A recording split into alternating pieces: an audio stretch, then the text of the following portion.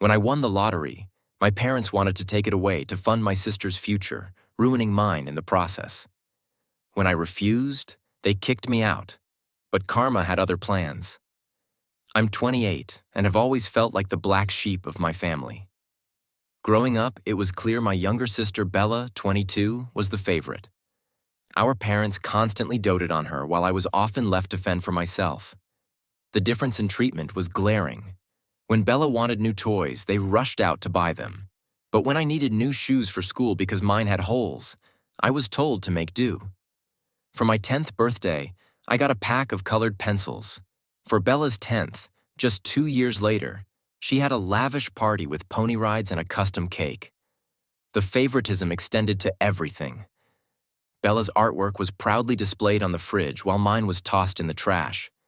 If we both brought home report cards, hers got endless praise, while mine barely got a glance. When I made the honor roll in high school, my parents just shrugged. But when Bella got a B+, they celebrated with a fancy dinner. They bent over backwards for Bella, who would throw tantrums until she got her way. I quickly learned that good behavior meant nothing while acting out just led to punishment for me. As we got older, the unfair treatment continued. I got a card with $50 for my graduation, while Bella received a brand new car 2 years later. I worked multiple part-time jobs to pay for community college, while Bella enjoyed a full ride to an expensive private university. Thanks to our parents emptying their savings and taking out loans, every milestone in my life felt like an afterthought. While Bella's achievements were celebrated like national holidays, when I landed my first real job after college, my parents' response was simply, "That's nice, dear." When Bella got an internship, they threw a huge party and invited the whole extended family. The constant favoritism wore me down over the years, leading to severe anxiety and depression. I always felt like I wasn't good enough. I went to therapy on my own dime to work through my issues, while Bella grew increasingly entitled and demanding. She'd call our parents at all hours, expecting them to solve her problems, and if they didn't drop everything for her, she'd guilt-trip them mercilessly. Bella never learned to stand on her own because our parents were always there to coddle her. I tried many times to discuss the unfair treatment with my parents, but they always brushed me off, saying I was being overly sensitive or jealous of my sister. They truly couldn't see how their actions were harmful. Last year, I finally landed a decent job that paid well enough for me to move out on my own. I was excited about finally having some independence, but as soon as I shared the news, my parents pressured me about money. They insisted that as the older sibling, it was my responsibility to start saving for Bella's future wedding, even though she wasn't in a relationship. Apparently, I needed to set aside a large chunk of my salary just in case. When I pointed out that I had my own expenses and future to think about, they accused me of being selfish. According to them, family should always come first, and I needed to make sacrifices for my sister's happiness. I felt guilty and conflicted. Part of me wanted to stand up for myself, but years of conditioning made it difficult. In the end, I reluctantly agreed to set aside some money each month for Bella's hypothetical wedding, but I also secretly started saving for my own goals. I dreamed of starting my own business, with a solid plan for an apparel company specializing in frocks and dresses for little girls. I knew I'd need significant startup capital, so I started tucking away whatever I could from each paycheck. Then, a few months ago, something incredible happened. I won $500,000 in the state lottery. I was over the moon. This was exactly the boost I needed to pursue my entrepreneurial dreams. However, as soon as my parents found out about my windfall, they made demands. They insisted I needed to hand over all the money so they could send Bella to an elite graduate program abroad. Apparently, she'd always dreamed of studying in Europe, and this was my chance to make it happen. I was stunned. Here I was, with a once-in-a-lifetime opportunity to change my life, and they expected me to give it all away for my sister's whims.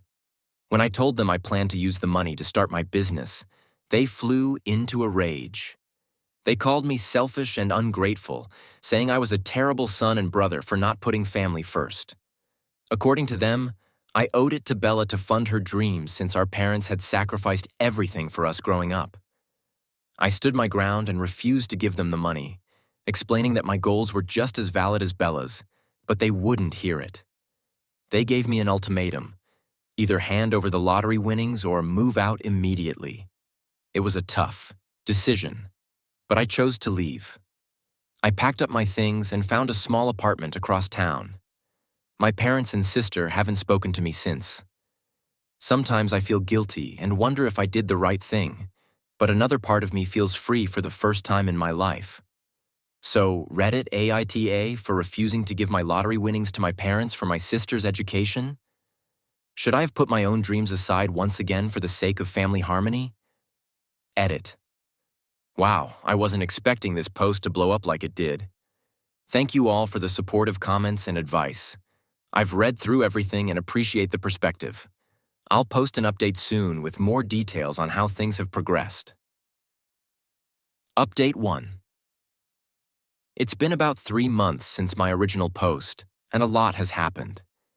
I wanted to give an update on the situation with my family and my plans moving forward. After moving out of my parents' house, I threw myself into my work, determined to save as much money as possible to get my business off the ground. I also wanted to prove to myself that I could succeed on my own terms. About a month after I left, my parents reached out to me. I was hopeful at first that they wanted to reconcile, but it quickly became clear they had an agenda. They started by saying they missed me and wanted to make amends, but then they dropped the real reason for the call. Apparently, Bella had been accepted into her dream graduate program at a prestigious university in London. My parents were thrilled, of course, but there was a catch. The tuition and living expenses were astronomical, and they didn't have nearly enough saved up to cover it. That's where I came in. They wanted me to loan them a large portion of my lottery winnings to fund Bella's education. They promised they'd pay me back eventually, but I knew that was unlikely. When I hesitated, they laid on the guilt trip thick, talking about how this was Bella's one shot at her dreams and how devastated she'd be if she couldn't go. They said I'd be ruining her future if I didn't help.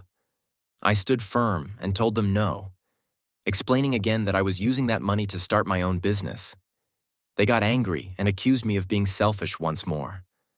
My mom actually said, "I guess the money has changed you. You used to care about your family." That really stung. I've always cared about them, even when they didn't seem to care much about me. In that moment, I realized that nothing I did would ever be enough for them. I'd always be the bad guy in their eyes unless I gave them everything they wanted. So, I made a decision. I told them I was done being their ATM, that I loved them but needed to put myself first for once. I said if they couldn't respect my choices, maybe we needed some time apart. They didn't take it well. There was a lot of yelling and crying. My dad said I was dead to him if I didn't help Bella. In the end, I had to hang up on them mid-tirade. It was one of the hardest things I've ever done. After that call, I blocked their numbers for a while. I needed space to process everything and focus on my goals. I threw myself into planning my business launch. I did tons of research, networked with other entrepreneurs, and started putting together a solid business plan. About a month ago, I took the plunge and quit my day job to focus on my company full-time. It was scary but exhilarating. For the first time in my life, I felt like I was truly in control of my future.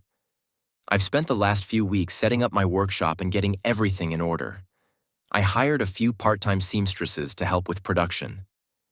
We're starting small with an online store, but I have plans to expand into brick-and-mortar locations if things go well. My first collection of girls' frocks and dresses is almost ready to launch. I'm nervous but excited to see how they're received.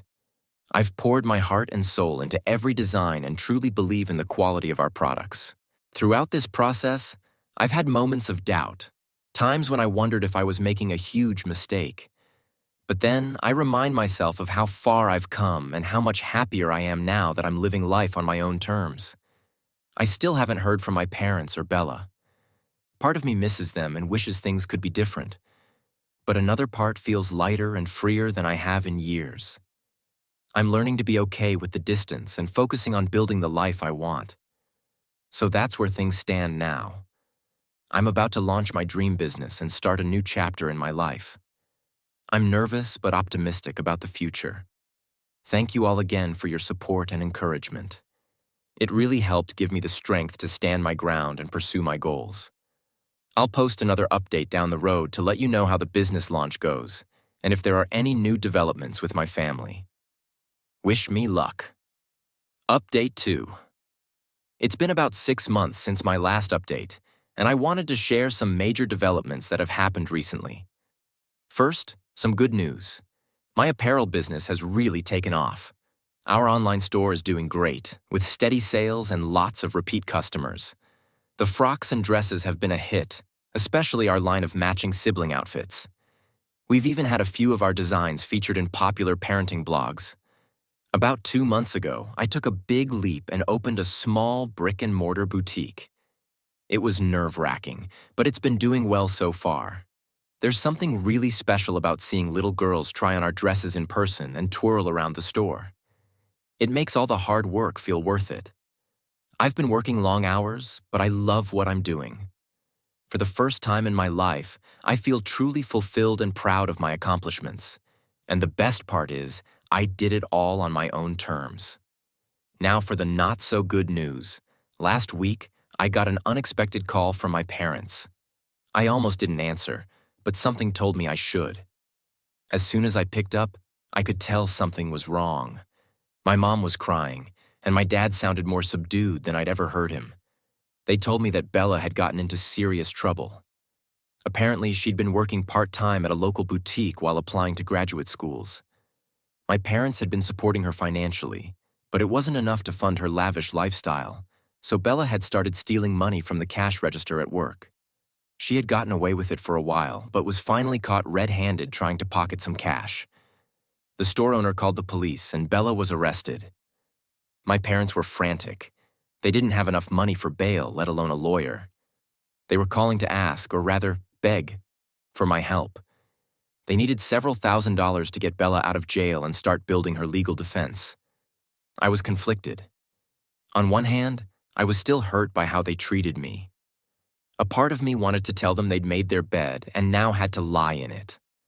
On the other hand, I knew jail could be a dangerous place, especially for a young woman. After thinking it over, I decided to help. But on my terms.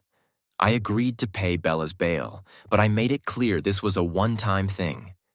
I told my parents I'd transfer the money directly to the bail bondsman, not to them, and I emphasized that this didn't mean I was opening my wallet for them whenever they wanted.